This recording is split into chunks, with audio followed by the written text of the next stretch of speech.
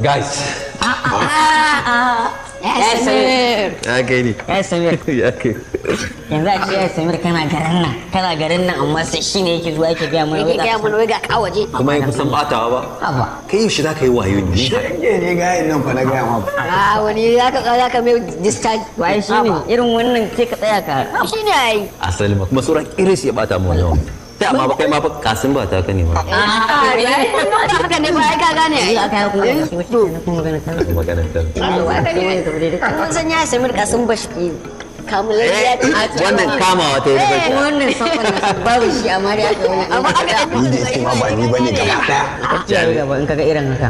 Karka dinga ka gane ko kaga mutum ko ka nuna ma baka san shi ba kawai. ya tafi so ya samu kara duwa. nan da 6 months insha Allah. Sun kuma ya Samir. Wata shi da yayi yawa. Ya sai sun da yayi yawa wallahi. Wallahi wani aiki ne dole sai na kammala tukunna kafin everything zai dawo. To ya Samir amma dai gaskiya ya kamata dai mu kara duwa wallahi kafin nan din. Definitely kuma zan ga update din. Allah ya sa da Definitely.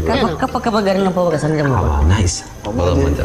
Wata shi da Amma fa Ba zan sun manta. Ba zan I have to go now. wata shi da fa.